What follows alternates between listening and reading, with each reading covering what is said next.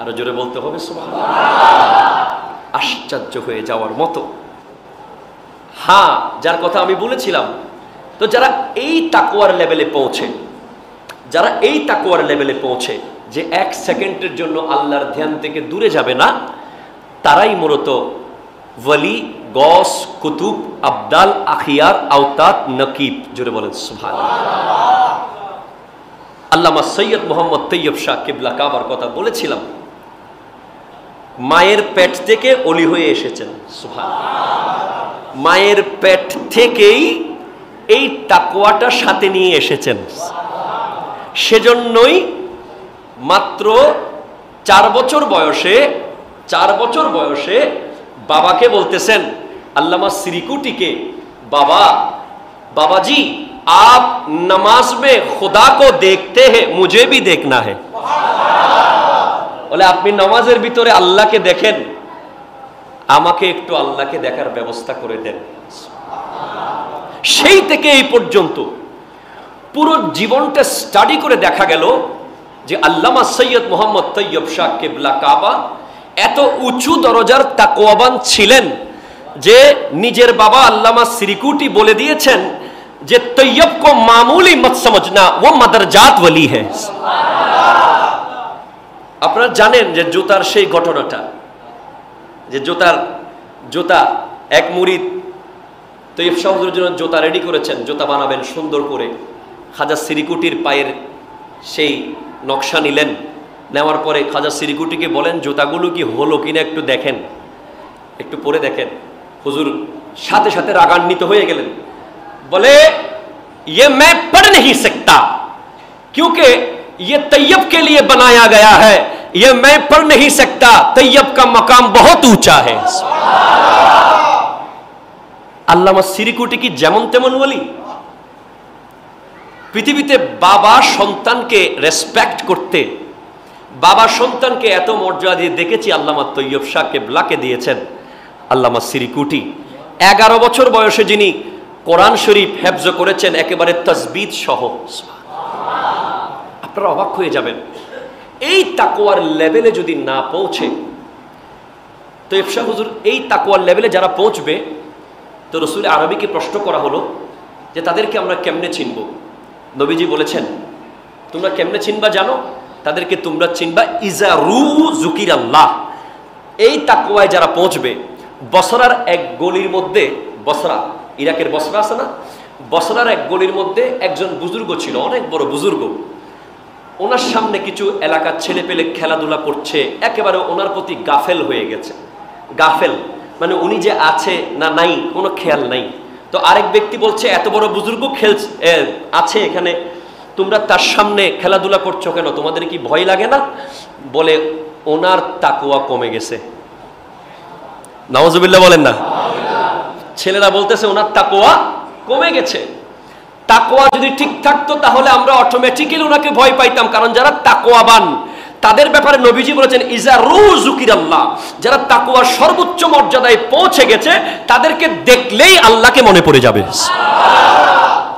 তাদেরকে দেখলেই আল্লাহর কথা স্মরণ হবে, তাদেরকে দেখলেই যত বড় বেঈমান হোক, যত বড় নাফরমান হোক, যত বড় গুনাহগার হোক, আশ্চর্য হয়ে যাবেন যে তারা যদি আল্লাহর ওই তাকওয়াবান আখাসুল খাওয়াস ভেরি ভেরি স্পেশাল বান্দাদের সামনে যায়, সাথে সাথে কলব পরিবর্তন হয়ে যায় এক নজরে। তো সিরিকুট শরীফে যখন বড় বড় উরস হতো, মানুষ হাজার হাজার মানুষ চেষ্টা করত তৈয়ব শাহ হুজুরের সাথে একটু মোলাকাত করতে। তো মোলাকাত করার চেষ্টা তো করতো, এতগুলো মানুষকে তো খুশি করা সম্ভব না, হাজার হাজার মানুষ।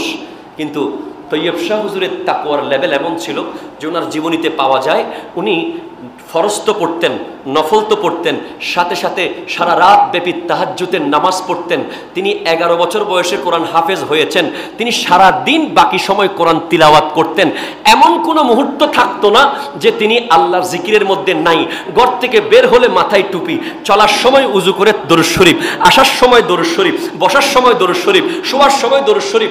ওনাকে কোরআন হাদিসের বাইরে দুনিয়াবি কথা বলতে কখনো পাওয়া যায় নাই, সেজন্য বলা হচ্ছে উনি বসে থাকতেন এক জায়গায়, তাকিয়ে থাকতেন একদিকে, কিন্তু সমস্ত মুরিদের মনে হতো আমার দিকে তাকিয়ে আছে। সবার মনে হতো হুজুর আমার দিকে তাকিয়ে আছে। উনি বলছেন হুজুর তো আমার দিকে তাকিয়ে আছে, উনি বলছেন হুজুর তো আমার দিকে তাকিয়ে আছে।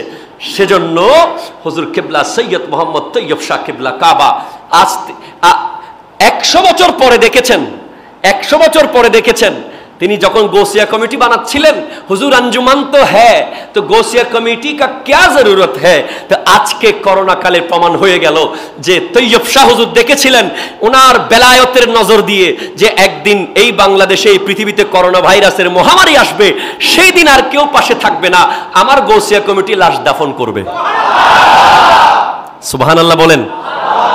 হুজুর মিলাদুন নবীর জুলুস কেন, মিলাদুন নবীর জুলুস কেন অনেকে বিরোধিতা করেছিল। আমি সবসময় বলি এগুলো বলতে আমার বড় ভালো লাগে, মনে হয় যেন আমার রুহের খোরাক হচ্ছে। আপনাদের কেমন লাগে আমি জানি না।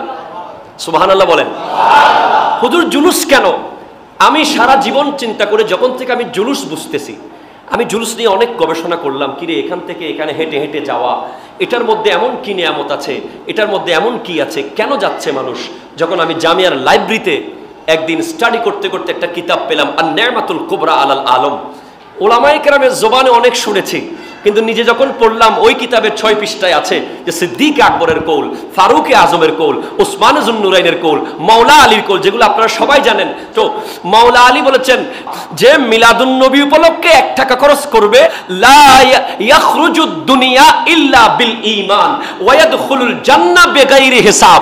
সে দুনিয়া থেকে যাওয়ার সময় কলমা ছাড়া মারা যাবে না এবং অবশ্যই বিনা হিসাবে জান্নাতে যাবে। তাহলে চিন্তা করে দেখলাম এটার সাথে জুলুসের কি মিল পাওয়া যায়।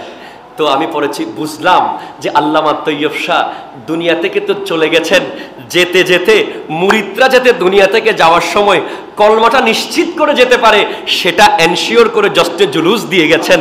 তোমার কাছে ব্যক্তিগতভাবে বড় মাহফিল করার তৌফিক নাই, তুমি তোমার এলাকায় তৌফিক নাই, তুমি তোমার ব্যক্তিগত তৌফিক নাই ঠিক, কিন্তু তুমি জাস্ট জুলুসে ঈদে মিলাদুন নবীতে গিয়ে জামিয়ার গেট থেকে তোমার সাধ্যমতো মুরাদপুর পর্যন্ত অন্তত হেঁটে হেঁটে যাও, তুমিও বেঈমান হয়ে দুনিয়া থেকে মারা যাবে না।